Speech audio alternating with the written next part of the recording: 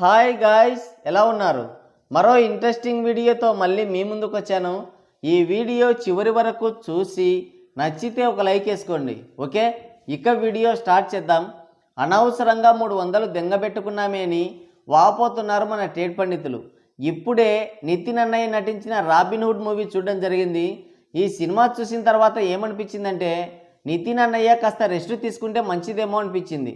Retire అయితే ఇంకా మంచిది.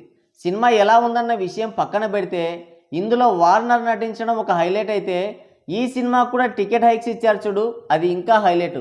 ముందుగా కథ విషయానికి వస్తే, హీరో నితిన్ అన్నయ్య ఒక అనాథాశ్రమంలో ఉంటాడు. అనాథాశ్రమానికి ఎవరు డొనేషన్లు ఇవ్వక పస్తులు ఉంటారు వీళ్ళంతా. అందుకని నితిన్ అన్నయ్య చిన్నప్పటి నుంచే దొంగతనాలు చేస్తూ రాబిన్హుడ్లా మారిపోతాడు. దొంగతనం చేయడం, అన్ని అనాథాశ్రమాలకి డబ్బులు డొనేట్ చేయడం, ఇదే పని.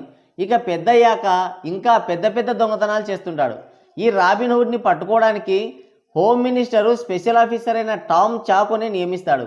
అయినా సరే అతను కూడా పట్టుకోలేకపోతాడు. తన వల్ల ఆశ్రమానికి ఏమైనా ఇబ్బంది కలుగుతుందేమో అని నితిన్ అన్నయ్య దొంగతనాలు పక్కన పెట్టేసి ఒక సెక్యూరిటీ గార్డుగా రాజేంద్ర ప్రసాద్ దగ్గర జాయిన్ అవుతాడు.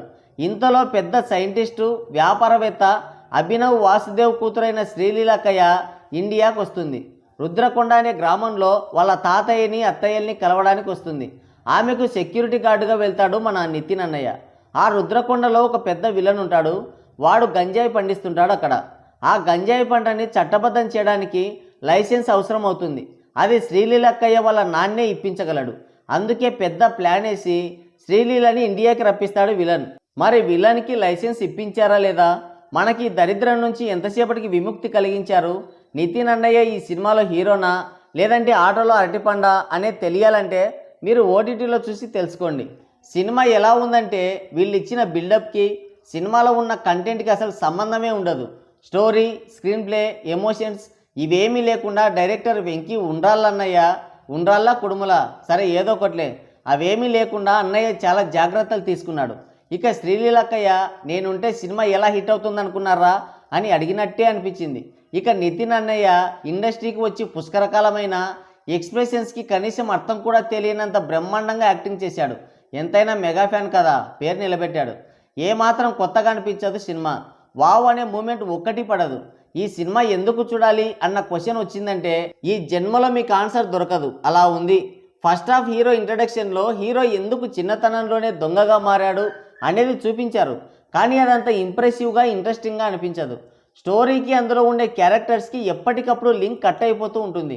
హీరో దొంగ అయ్యాడు, ఎందుకు అయ్యాడు అనేది చూస్తే అక్కడంత డెప్త్ ఉండదు, ఎమోషన్ ఉండదు. సరే చేసి ఆ దొంగతనాలైనా కొత్తగా ఉంటాయా అంటే అది ఉండదు. దొంగ పోలీస్ ఆట వేట ఏమైనా బాగుంటుందా అంటే అది లేదు. ఒక హాఫ్ అన్ అవర్ తర్వాత అసలు ఈ ట్రాకే తెగిపోతుంది. రాజేంద్ర ప్రసాద్, వెన్నెల కిషోర్ కామెడీ కొంత బతికించింది సినిమాని. ఫస్ట్ హాఫ్ అంతా అక్కడక్కడ కామెడీతో సాదాసీదాగా దొర్లిపోయింది. ఇక సెకండ్ హాఫ్ అంతా రుద్రకొండకి షిఫ్ట్ అయిపోతుంది. అక్కడ ఒక భయంకరమైన విలన్ ఉంటాడు.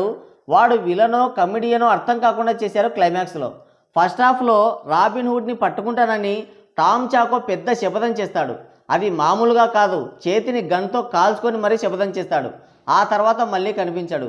ఏదో క్లైమాక్స్లో తూతు మంత్రంగా అలా వచ్చి ఇలా వెళ్ళిపోతాడు. అసలు కొంతమంది అయితే ఈ సినిమాలో ఎందుకు ఉన్నారో కూడా అర్థం కాదు. అందులో డేవిడ్ వార్నర్ కూడా ఒకడు. అసలు ఈ సినిమాలో ఆయన ఎందుకు ఉన్నాడో, ఎందుకు ఈ సినిమాలో యాక్టింగ్ చేశాడో రాజేంద్ర ప్రసాద్కే తెలియాలి. ఆ క్యారెక్టర్ ఎంట్రీకి, వీళ్ళు ఇచ్చిన బిల్డప్కి, చూపించిన తీరుకి అస్సలు సెట్ కాలేదు. ఇదే దరిద్రం అనుకుంటే పార్ట్ 2కి లీడ్ ఇచ్చారు.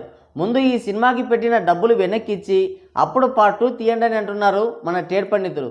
మొత్తానికైతే ఇది కూడా సేఫ్గా అస్సాంలో ల్యాండ్ అయినట్టే. మరి రాబిన్హుడ్ మూవీ మీలో ఎవరైనా చూస్తుంటే మీ అభిప్రాయం ఏంటో కింద కామెంట్ చేయండి.